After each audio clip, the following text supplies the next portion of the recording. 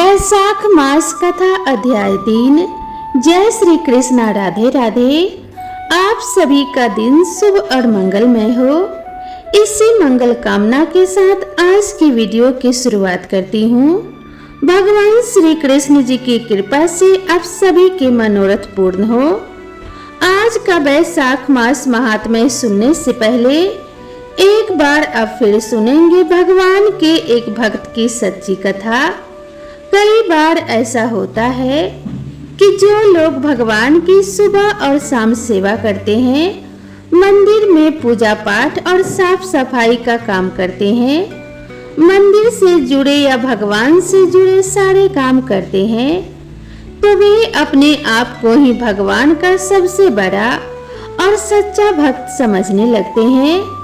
लेकिन यह सारे काम करते समय अगर भगवान के प्रति श्रद्धा भक्ति ही नहीं है, तो फिर यह सारे काम किसी भी पुण्य में नहीं गिने जाते। ऐसे ही आज की एक कहानी है भगवान के सच्चे भक्त की, जिसके मन में भगवान के प्रति अविचल और सच्ची भक्ति थी। एक गांव में एक निर्धन जुलाहा दंपति रहता था। जुलाहे का नाम था माधव और उसकी पत्नी का नाम था कांता। वे दोनों बहुत परिश्रमी थे। सारा दिन काम करते, सुंदर सुंदर कपड़े बनाते, किंतु उनके बने कपड़ों की उनको अच्छी कीमत नहीं मिल पाती थी। फिर जो मिलता वे उसी से संतुष्ट रहते और एक टूटी फूटी झोपड़ी में रहकर अपना जीवन व्यतीत कर रहे थे। वे बहुत संतोषी स्वभाव के थे। वह दोनों भगवान श्री कृष्ण के अनन्य भक्त थे। दिन भर के परिश्रम के बाद जो भी समय मिलता, उसे वे दोनों भगवान के भजन कीर्तन में बिता देते। माधव के पास एक तानपुरा और एक खरताल थी। जब वह दोनों मिलकर भजन गाते, तो माधव तानपुरा बजाता और उसकी पत्नी खरताल। फिर तो दोनों भगवान के भजन में ऐसे डूब जाते कि उनको अपनी भूख प्यास की चिंता भी नहीं रहती। उन्होंने अपनी दीनहीन अवस्था के लिए कभी भगवान को कोई उलाहना नहीं दिया और अपने इसी जीवन में प्रसन्न थे। लेकिन एक दुख उनको सदा सताता रहता कि उनकी कोई संतान नहीं थी। इसको लेकर वह सदा चिंतित रहा करते थे। चिंता तो थी, फिर भी दोनों सदा भगवान की भक्ति में मगन रहते। इसको भी उन्होंने भगवान की लीला समझकर स्वीकार कर लिया और निष्काम भाव से भगवान श्री कृष्ण की भक्ति में लीन रहते। जब उनकी आयु अधिक होने लगी, तो एक दिन माधव ने अपनी पत्नी कांता से कहा कि हमारा कोई संतान नहीं है। कहते हैं कि संतान के बिना मुक्ति प्राप्त नहीं होती। अब हमारी आयु भी अधिक हो चली है, ना जाने कब बुलावा आ जाए। मरने के बाद हमारी चिता को अग्नि कौन देगा? कौन हमारे लिए तर्पण आदि कार्य करेगा? कैसे हमारी मुक्ति होगी? कांता बोली, आप चिंता क्यों करते हैं? ठाकुर जी हैं न, वही सब देखेंगे। कांता की बात सुनकर माधव ने कहा कि हाँ, तुम सही कहती हो, भगवान है ना। तभी उसके मन में एक विचार आया। वह नगर में गया और श्री कृष्ण के बाल रूप की एक मूर्ति घर ले आया। घर आकर बोला, अब तुझे चिंता करने की कोई आवश्यकता नहीं है। मैं यह बाल गोपाल लेकर आया हूँ। अब से यही हमारे पुत्र हैं। माधव बोला, अगर हम संतानहीन हैं, तो यह भी इन्हीं की इच्छा है। हम इनको ही अपने पुत्र के समान प्रेम करेंगे और यही हमारे पुत्र के सारे दायित्व पूर्ण करेंगे। माधव की यह बात सुनकर कांता अत्यंत प्रसन्न हुई। उसने बाल गोपाल को लेकर अपने हृदय से लगा लिया और बोली, आप बिल्कुल ठीक कह रहे हैं जी, आज से यही हमारे लाला हैं। फिर क्या था, दोनों पति पत्नी ने घर का एक कोना साफ करके वहां बाल गोपाल के लिए एक स्थान बनाया और एक चौकी लगाकर उस पर बाल गोपाल को विराजित कर दिया। उस दिन से जुलाहा दंपति का नियम हो गया। वह प्रतिदिन बाल गोपाल को स्नान कराते, उनको धुले वस्त्र पहनाते, अपने पुत्र की तरह उनको लाड़ लड़ाते, उन्हीं के सामने बैठकर भजन कीर्तन करते और वहीं सो जाते थे। वो दोनों अपने हाथों से बाल गोपाल के लिए सुंदर वस्त्र बनाकर उनको पहनाते, उन्हें खाना खिलाते, उनको झूला झूलाते और रात को उनको सुलाकर ही स्वयं सोते थे। इन सब में उनको बड़ा आनंद आता। धीरे धीरे दोनों बाल गोपाल को अपने संतान के समान ही प्रेम करने लगे। बाल कृष्ण अब उनके परिवार का हिस्सा बन गए थे। कांता का नियम था कि वह रोज पहले अपने हाथों से अपने लाला को भोजन कराती, तब स्वयं भोजन करती थी। लाला को भोजन कराते समय उसको ऐसा ही प्रतीत होता जैसे वह अपने पुत्र को ही भोजन करा रही हो। उन दोनों के निश्चल प्रेम को देखकर करुणा निधान भगवान अत्यंत प्रसन्न हुए और उन्होंने अदृश्य रूप में आकर स्वयं भोजन खाना आरंभ कर दिया। कांता जब प्रेम पूर्वक बाल गोपाल को भोजन कराती तो भगवान को ऐसा प्रतीत होता मानो वह अपने माँ के हाथों से ही भोजन कर रहे हो। उनको कांता के हाथों से प्रेम पूर्वक मिलने वाले हर कौर में माँ का प्रेम प्राप्त होता था। भगवान श्री कृष्ण स्वयं माँ की उस प्रेम लीला के वशीभूत हो गए, किंतु कांता कभी नहीं जान पाई कि स्वयं बाल गोपाल उसके हाथ से भोजन करते हैं। एक दिन घर का काम बहुत अधिक होने के कारण कांता बाल गोपाल को भोजन कराना भूल गई। गर्मी का समय था। भरी दोपहरी में दोनों पति पत्नी कार्य करते करते थक गए और बिना भोजन किए ही सो गए। उनको सोए हुए कुछ ही देर हुई थी कि उनको एक आवाज सुनाई दी, मैया बाबा मुझको भूख लगी है। दोनों हड़बड़ा कर उठ गए। चारों ओर देखा आवाज कहां से आई, किंतु कुछ भी दिखाई नहीं दिया। तभी अचानक लीला को याद आया कि आज उसने अपने लाला को भोजन नहीं कराया है। वह हड़बड़ा कर उठी और दौड़कर लाला के पास पहुंची तो देखा कि बाल गोपाल का मुख कुम्हलाया हुआ है।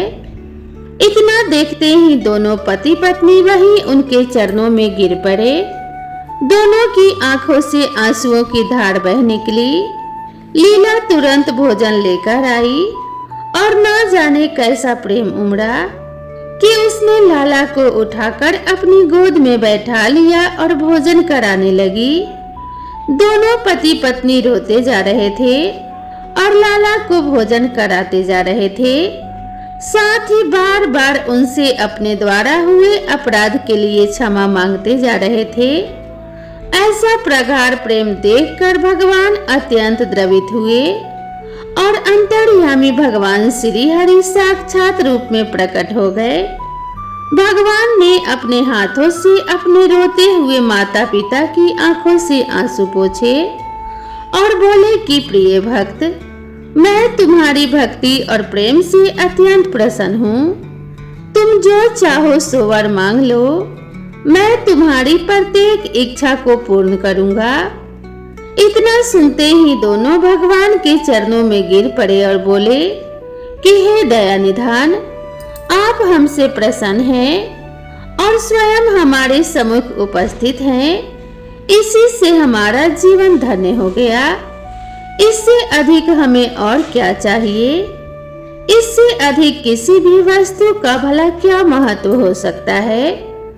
आपकी कृपा हम पर बनी रहे, बस इतनी कृपा करना। भगवान श्री हरि बोले, यदि तुम चाहो तो मैं तुम्हारे जीवन में संतान के अभाव को समाप्त कर तुम्हें एक सुंदर संतान प्रदान करूं। यह सुनते ही माधव और कांता एकदम व्याकुल होकर बोले, नहीं भगवान, हमको संतान नहीं चाहिए। उनका उत्तर सुनकर भगवान ने पूछा, किंतु क्यों? अपने जीवन में संतान की कमी को पूर्ण करने के लिए ही तो तुम मुझको अपने घर लेकर आए थे। यह सुनकर वह दोनों बोले, प्रभु हमको भय है कि यदि हमको संतान प्राप्त हो गई तो हमारा मोह उस संतान के प्रति बढ़ जाएगा और हम अब की तरह आपकी सेवा नहीं कर पाएंगे। उनका प्रेम और भक्ति से भरा उत्तर सुनकर करुणा निधान भगवान करुणा से भर उठे। उनके विचार सुनकर स्वयं भगवान की आंखों से अश्रु गिरने लगे। भगवान श्री हरि विष्णु बोले, हे मैया और बाबा, मैं यहाँ आया तो था आपके ऋण को उतारने के लिए, किंतु आपने तो मुझे सदा सदा के लिए अपना ऋणी बना दिया। मैं आपके प्रेम का यह ऋण कभी नहीं उतार पाऊंगा। मैं सदा सदा तुम दोनों का ऋणी रहूंगा। मैं तुम्हारे प्रेम से अत्यंत प्रसन्न हूँ। तुमने अपने निर्मल प्रेम से मुझको भी अपने बंधन में बांध लिया है। मैं तुम्हें वचन देता हूँ कि आज से मैं तुम्हारे पुत्र के रूप में तुम्हारे समस्त कार्य पूर्ण करूँगा। तुम्हें कभी संतान का अभाव नहीं होने दूंगा। तुम तो ये जानते ही हो कि मेरा वचन कभी असत्य नहीं होता। ऐसा कहकर भक्त वत्सल भगवान बाल गोपाल की प्रतिमा में विलीन हो गए। उसी दिन से माधव और कांता का जीवन बिल्कुल ही बदल गया। उन्होंने सारा काम धंधा छोड़ दिया और सारा दिन बाल गोपाल के भजन कीर्तन और उनकी सेवा में व्यतीत करने लगे। भजन करते हुए उनको न भूख सताती और न ही प्यास लगती थी। उन्होंने सभी प्रकार की इच्छाओं का पूर्ण रूप से त्याग कर दिया। अब माधव कभी कोई कार्य करता तो केवल अपने बाल गोपाल के लिए सुंदर सुंदर वस्त्र बनाने का। उनके सामने जब भी कोई परेशानी आती तो बाल गोपाल एक बालक के रूप में उपस्थित हो जाते और उनके समस्त कार्य पूर्ण कर देते। वह दंपति और बालक गांव भर में चर्चा का विषय बन गए, किंतु गांव में कोई भी यह जान नहीं पाया कि वह बालक कौन है, कहां से आता है और कहां चला जाता है। धीरे धीरे समय बीतने लगा। अब जुलाहे दंपति बूढ़े हो चले थे, किंतु भगवान की कृपा उन पर बनी रही। अब दोनों की आयु पूर्ण होने का समय आ चला था। भगवत प्रेरणा से उनको यह ज्ञात हो गया कि अब उनका समय पूरा होने वाला है। इसी के चलते एक दिन दोनों ने भगवान को पुकारा। ठाकुर जी तुरंत प्रकट हो गए और उनसे उनकी इच्छा जाननी चाहिए। दोनों भक्त दंपति भगवान के चरणों में प्रणाम करके बोले कि हे प्रभु, हमने अपने पूरे जीवन में आपसे कभी कुछ नहीं मांगा, किंतु अब जीवन का अंतिम समय आ गया है, इसीलिए आपसे कुछ मांगना चाहते हैं। भगवान बोले, निसंकोच होकर अपनी कोई भी इच्छा कहो।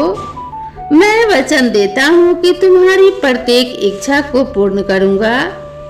तब बाल गोपाल के अगाध प्रेम में डूबे वह वृद्ध दंपति बोले कि हे नाथ, हमने अपने पुत्र के रूप में आपको ही देखा है। आपने भी पुत्र के समान ही हमारी सेवा की है। अब वह समय आ गया है जिसके लिए कोई भी माता पिता पुत्र की इच्छा करते हैं। हे दीनबंधु, हमारी इच्छा है कि हम दोनों पति पत्नी के प्राण एक साथ निकले। हे दया निधान, जिस प्रकार एक पुत्र अपने माता पिता की अंतिम क्रिया करता है और उनको मुक्ति प्रदान करता है, उसी प्रकार हे परमेश्वर, हमारी अंतिम क्रिया आप अपने हाथों से कर हमें मुक्ति प्रदान करें। श्री हरि ने दोनों को उनकी इच्छा पूर्ण करने का वचन दिया और बाल गोपाल के विग्रह में विलीन हो गए। अंत में वह दिन आ गया जब प्रत्येक जीव को यह शरीर छोड़ना पड़ता है। दोनों वृद्ध दंपति बीमार पड़ गए। उन दोनों की भक्ति की चर्चा गांव भर में थी। इसीलिए गांव के लोग उनका हाल जानने के लिए उनकी झोपड़ी के पास आ गए, किंतु उन दोनों का ध्यान तो श्री हरि में रम चुका था। उनको नहीं पता था कि कौन आया है और कौन नहीं। तभी अचानक एक चमत्कार हुआ। जुलाहे की झोपड़ी में एक तीव्र और अलौकिक प्रकाश भर उठा। वहां उपस्थित समस्त लोगों की आंखें बंद हो गई। किसी को कुछ भी दिखाई नहीं पड़ रहा था। इसीलिए कुछ लोग तो झोपड़ी से बाहर आ गए, कुछ वहीं धरती पर बैठ गए। तभी श्री हरि अपने दिव्य चतुर्भुज रूप में प्रकट हुए। उनकी अद्भुत शोभा समस्त सृष्टि को आलोकित करने वाली थी, जो वातावरण में एक दिव्य सुगंध भर गई। वे अपनी मंद मंद मुस्कान से अपने उन भक्त माता पिता की ओर देख रहे थे। उनका यह दिव्य रूप देखकर वो दोनों वृद्ध अत्यंत आनंदित और मंत्रमुग्ध हुए जा रहे थे।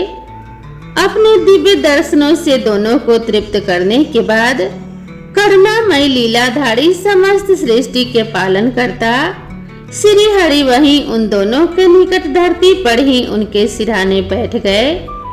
भगवान ने उन दोनों भक्तों का सर अपनी गोद में रख लिया, उनके शीश पर प्रेम पूर्वक अपना हाथ रखा। तत्पश्चात अपने हाथों से उनके नेत्र बंद कर दिए। इतना करते ही तत्काल दोनों के प्राण निकलकर श्री हरि में विलीन हो गए। पंचभूतों से बना शरीर पंचभूतों में विलीन हो गया। कुछ समय बाद जब वह दिव्य प्रकाश का लोप हुआ तो सभी उपस्थित ग्रामीणों ने देखा कि वहां ना तो माधव था, ना ही कांता थी और ना ही बाल गोपाल। बचे थे तो मात्र कुछ फूल जो धरती पर पड़े थे और एक दिव्य सुगंध जो वातावरण में चारों ओर फैली थी। विस्मित ग्रामीणों ने श्रद्धा से उस धरती को नमन किया। उन पुष्पों को उठाकर ग्रामवासियों ने अपने शीश से लगाया तथा माधव और कांता की भक्ति और गोविंद के नाम का गुणगान करते हुए चल दिए। उन पुष्पों को श्री गंगा जी में विसर्जित करने के लिए। सच्चा भक्त वह है जो एक क्षण के लिए भी भक्ति से विमुख नहीं होता है, अर्थात जिसका चित्त ईश्वर में अखंड बना रहता है, वही सच्चा भक्त कहलाता है। सरल शब्दों में कहें तो भक्ति के अंतिम चरण का अनुभव करने वाले को ही भक्त कहते हैं। तो एक बार प्रेम से बोलिए भगवान श्री विष्णु की जय।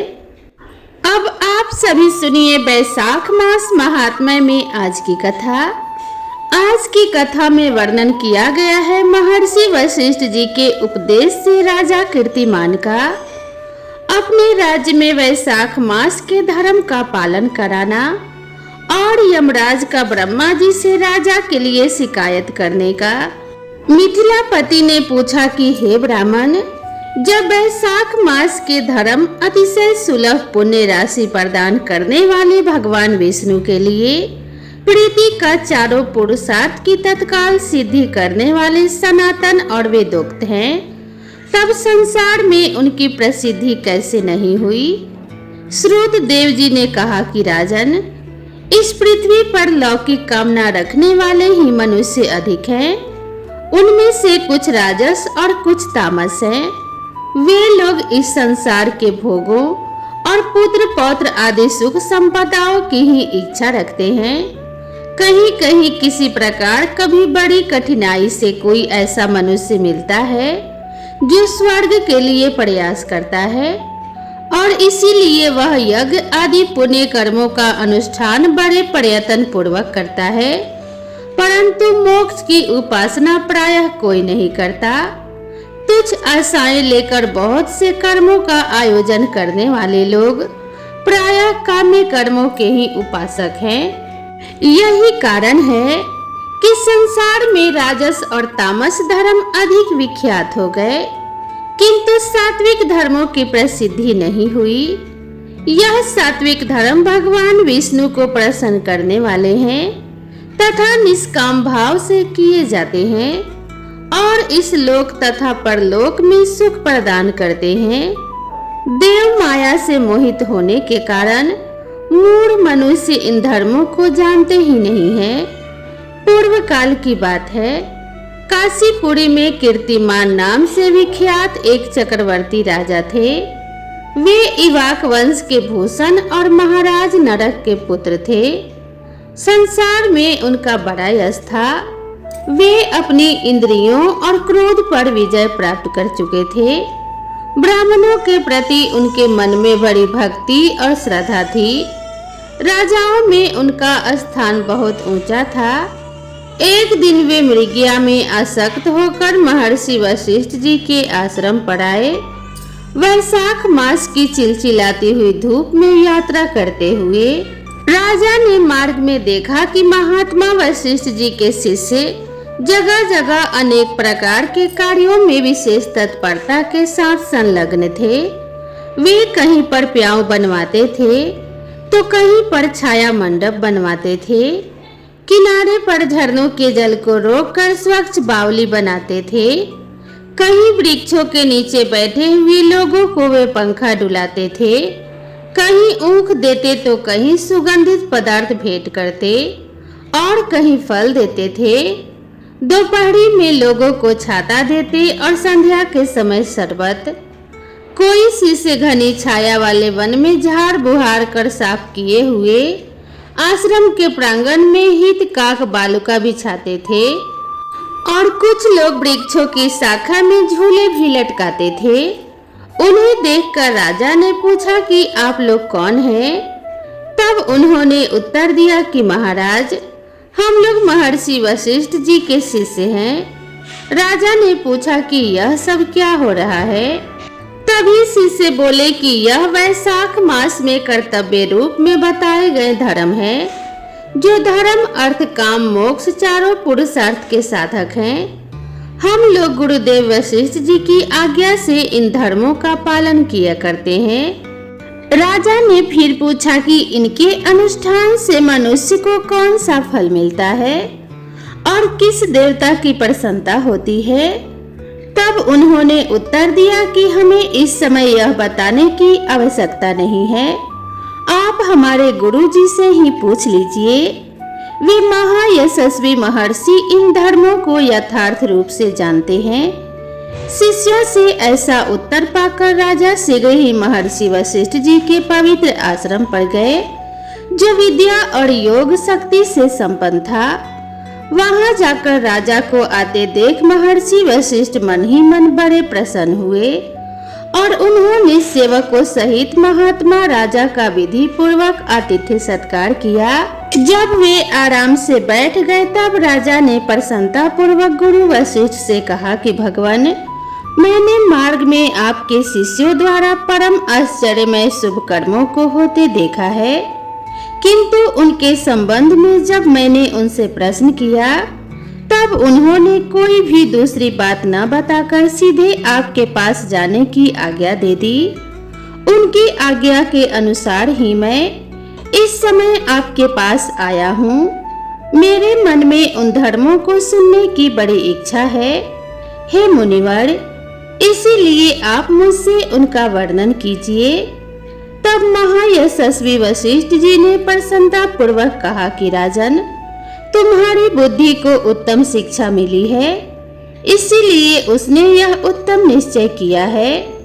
भगवान विष्णु की कथा के श्रवण और भागवत धर्मों के अनुष्ठान में जो तुम्हारी बुद्धि की अत्यंतिक प्रवृत्ति हुई है, यह तुम्हारे किसी पुण्य का फल है, जिसने वैशाख मास में बताए हुए महाधर्मों के द्वारा भगवान विष्णु की आराधना की है। उसके उन धर्मों से भगवान बहुत संतुष्ट होते हैं और उसे मनोवांछित वस्तु प्रदान करते हैं। सभी जगत के स्वामी भगवान लक्ष्मीपति समस्त पाप राशि का नाश करने वाले हैं। वे सूक्ष्म धर्मों से प्रसन्न होते हैं, केवल परिश्रम और धन से नहीं। भगवान विष्णु भक्ति से पूजित होने पर अभीष्ट वस्तु प्रदान करते हैं। इसीलिए सदा भगवान विष्णु की भक्ति करनी चाहिए। जगदीश्वर श्री हरि जल से भी पूजा करने पर अशेष क्लेश का नाश कर देते हैं और शीघ्र ही प्रसन्न हो जाते हैं। वैशाख मास में बताए हुए यह धर्म थोड़े से परिश्रम द्वारा साध्य होने पर भी भगवान विष्णु के लिए प्रीति और शुभ होने के कारण अधिक व्यय से सिद्ध होने वाले बड़े बड़े यज्ञ आदि कर्मों का भी तिरस्कार करने वाले हैं। इसीलिए हे राजन, तुम भी वैशाख मास में बताए हुए धर्मों का पालन करो और तुम्हारे राज्य में निवास करने वाले अन्य सभी लोगों से भी उन कल्याणकारी धर्मों का पालन कराओ। उन सब धर्मों को सुनकर राजा ने गुरु का भक्ति भाव से पूजन किया और घर आकर वे सब धर्मों का विधि पूर्वक पालन करने लगे। देवाधिदेव भगवान विष्णु में भक्ति रखते हुए राजा कीर्तिमान देवेश्वर पद्मनाभ के अलावा और किसी देवता को नहीं देखते थे। उन्होंने हाथी की पीठ पर नगारा रखकर सिपाहियों से अपने राज्य भर में डंके की चोट पर यह घोषणा करा दी कि मेरे राज्य में जो 8 वर्ष से अधिक की आयु वाला मनुष्य है, उसकी आयु जब तक 80 वर्ष की ना हो जाए तब तक मेष राशि में सूर्य के स्थित होने पर अगर वह प्रातःकाल स्नान नहीं करेगा तो मेरे द्वारा दंडनीय वध तथा राज्य से निकाल देने योग्य समझा जाएगा। यह मेरा निश्चित आदेश है। पिता पुत्र या कोई भी बंधु बांधव हो जो भी वैशाख धर्म का पालन नहीं करेगा वह चोर की तरह दंड का पात्र समझा जाएगा। प्रातः काल शुभ जल में स्नान करके श्रेष्ठ ब्राह्मणों को दान करना चाहिए। तुम सब लोग अपनी शक्ति के अनुसार प्याऊ लगाओ और दान आदि धर्मों का आचरण करो। राजा कीर्तिमान ने प्रत्येक गांव में धर्म का उपदेश करने वाले एक एक ब्राह्मण को बसा दिया और 5-5 गांवों पर एक एक ऐसे अधिकारी की नियुक्ति कर दी जो धर्म का त्याग करने वाले लोगों को दंड दे सके। उस अधिकारी की सेवा में भी 10 घुड़सवार रहते थे। इस प्रकार चक्रवर्ती राजा के शासन से चारों ओर सभी देशों में यह धर्म का पौधा प्रारंभ हुआ और आगे चलकर खूब बढ़े हुए वृक्ष के रूप में बदल गया। उस राजा के राज्य में जो लोग मर जाते थे वे भगवान विष्णु के धाम में जाते थे। वहां के मनुष्य को विष्णु लोक की प्राप्ति निश्चित थी। एक बार भी वैशाख स्नान कर लेने से मनुष्य यमराज के पास नहीं जाता। अपने धर्मानुसार यमपुरी के मार्ग की यात्रा ही बंद हो गई। सब मनुष्य दिव्य आकृति धारण करके भगवान के धाम में जाने लगे। देवताओं के जो लोक हैं वे भी सभी शून्य हो गए। स्वर्ग और नरक दोनों के शून्य हो जाने पर एक दिन देव ऋषि नारद ने धर्मराज जी के पास जाकर कहा कि नारायण नारायण, धर्मराज जी, आपके इस नरक में अब पहले जैसा कोलाहल सुनाई नहीं पड़ता और पहले की तरह पाप कर्मों का लेखा जोखा भी नहीं लिखा जा रहा। चित्रगुप्त जी तो ऐसे मौन भाव से बैठे हुए हैं मानो कोई मुनि हो। महाराज, इसका कारण तो बताइए। महात्मा नारद के ऐसा कहने पर राजा यम ने कुछ दीनता के स्वर में कहा कि हे देव ऋषि, इस समय पृथ्वी पर जो यह राजा राज्य करता है यह पुराण पुरुषोत्तम भगवान विष्णु का बड़ा भक्त है। उसके भय से कोई भी मनुष्य कभी वैशाख मास का उल्लंघन नहीं करता। उस पुण्य कर्म के प्रभाव से सभी भगवान विष्णु के परम धाम में चले जा रहे हैं। मुनि श्रेष्ठ, उस राजा ने इस समय मेरे लोक का मार्ग लुप्त सा कर रखा है। स्वर्ग और नरक दोनों को शून्य बना दिया है। इसीलिए ब्रह्मा जी के पास जाकर ये सब समाचार मैं उनसे निवेदन करके तभी स्वस्थ हो पाऊंगा। ऐसा निश्चय करके यमराज ब्रह्मा जी के लोक में गए और वहां बैठे हुए उन ब्रह्मा जी का दर्शन किया जिनका आश्रय ध्रुव है, जो इस जगत के बीज तथा सभी लोकों के पितामह हैं और समस्त लोकपाल दिगपाल तथा देवतागण जिनकी उपासना किया करते हैं। ब्रह्मा जी ने यमराज जी को देखा और यमराज जी ब्रह्मा जी के आगे पृथ्वी पर गिर पड़े। फिर यमराज ने कहा कि हे कमलासन, काम में लगाया हुआ जो पुरुष स्वामी की आज्ञा का ठीक ठीक पालन नहीं करता और उसका धन लेकर केवल भोग करता है, वह काठ का कीड़ा होता है। जो बुद्धिमान मनुष्य लालच में आकर स्वामी के धन का उपभोग करता है, वह 300 कल्पों तक योनि रूप नरक में जाता है। जो कार्य में नियुक्त हुआ पुरुष कार्य करने में समर्थ होकर भी अपने ही घर में बैठा रहता है, वह बिलाव होता है। देव, मैं तो आपकी आज्ञा से धर्म पूर्वक प्रजा का शासन करता रहा हूँ। मैं अब तक मुनियों और धर्म शास्त्रों के कथन और पुण्यात्मा को पुण्य के फल से और पापात्मा को पाप के फल से संयुक्त किया करता था, परंतु अब मैं आपकी आज्ञा का पालन करने में असमर्थ हो गया हूँ। राजा कीर्तिमान के राज्य में सभी लोग वैशाख मास में किए जाने वाले पुण्य कर्मों का अनुष्ठान करके पितरों और पितामहों के साथ वैकुंठ धाम में चले जाते हैं। उनके मरे हुए पितर और माता मह आदि भी विष्णु लोक में चले जाते हैं। इतना ही नहीं, पत्नी के पिता ससुर आदि भी मेरे लेख को मिटाकर विष्णु लोक में चले जाते हैं। हे देव, बड़े बड़े यज्ञों द्वारा भी मनुष्य वैसी गति नहीं पाता है जैसी वैशाख मास में मिल रही है। सभी तीर्थों के दान आदि से तपस्या, व्रतों या फिर संपूर्ण धर्मों से युक्त मनुष्य भी उस गति को नहीं पाता जो वैशाख मास में तत्पर हुए मनुष्य को प्राप्त हो रही है।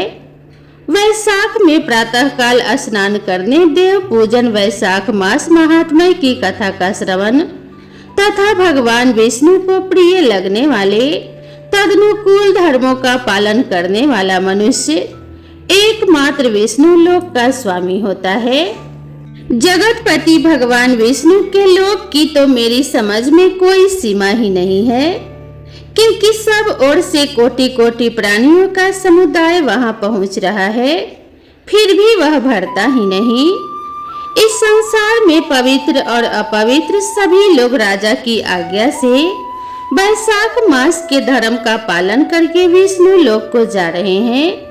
हे लोकनाथ, उसकी प्रेरणा से संस्कारहीन मनुष्य भी वैशाख स्नान मात्र से ही वैकुंठ धाम में चले जाते हैं। वह केवल भगवान विष्णु के चरणों की शरण लेने वाला है। जान पड़ता है कि समस्त संसार को ही विष्णु लोक में पहुंचा देगा। जो पुत्र, धर्म, अर्थ, काम और मोक्ष के प्रतिकूल चलता हो, वह पृथ्वी पर माता के पेट से पैदा हुआ रोग है। वह अधम पुरुष अपनी माता का घात करने वाला कहा जाता है, किंतु राजा कीर्तिमान की माता और उसकी पत्नी का पुण्य संसार में विख्यात है। उसकी माता एकमात्र वीर जननी है और वह राजा निश्चय ही संसार में बहुत बड़ा वीर है। जिस प्रकार राजा कीर्तिमान मेरी लिपि को मिटाने में उद्यत हुआ है, ऐसा उद्योग पुराणों में और किसी का भी नहीं सुना गया है। भगवान विष्णु की भक्ति में तत्पर हुए राजा कीर्तिमान के सिवा दूसरे ऐसे किसी को भी मैं नहीं जानता जो डंका बजाकर घोषणा करते हुए लोगों को ऐसी प्रेरणा देता हो और मेरे लोक के मार्ग को विलुप्त करने का प्रयास करता रहा हो। जय श्री कृष्णा।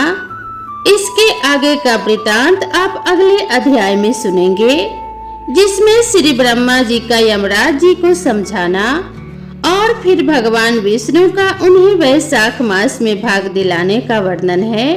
तो दोस्तों, प्रेम से बोलिए भगवान श्री हरि विष्णु जी की जय, माता लक्ष्मी की जय। माता लक्ष्मी और भगवान श्री हरि विष्णु की कृपा आप सभी भक्तों के ऊपर बनी रहे। आप सभी का सदा सर्वदा कल्याण हो, सुख और सौभाग्य की वृद्धि होती रहे। माता लक्ष्मी आप सभी के घर में चिर अस्थायी निवास करे, इसी कामना के साथ आप सभी से विदा लेते हैं। मिलते हैं नेक्स्ट वीडियो में नई कथा और नई कहानी के साथ। तब तक आप सभी मित्रों से निवेदन है कि वीडियो पसंद आई हो तो वीडियो को एक लाइक जरूर करें, साथ ही अगर चैनल पर पहली बार आए हैं तो चैनल को सब्सक्राइब करना ना भूलें। तो दोस्तों मिलते हैं नेक्स्ट वीडियो में, तब तक के लिए राधे राधे।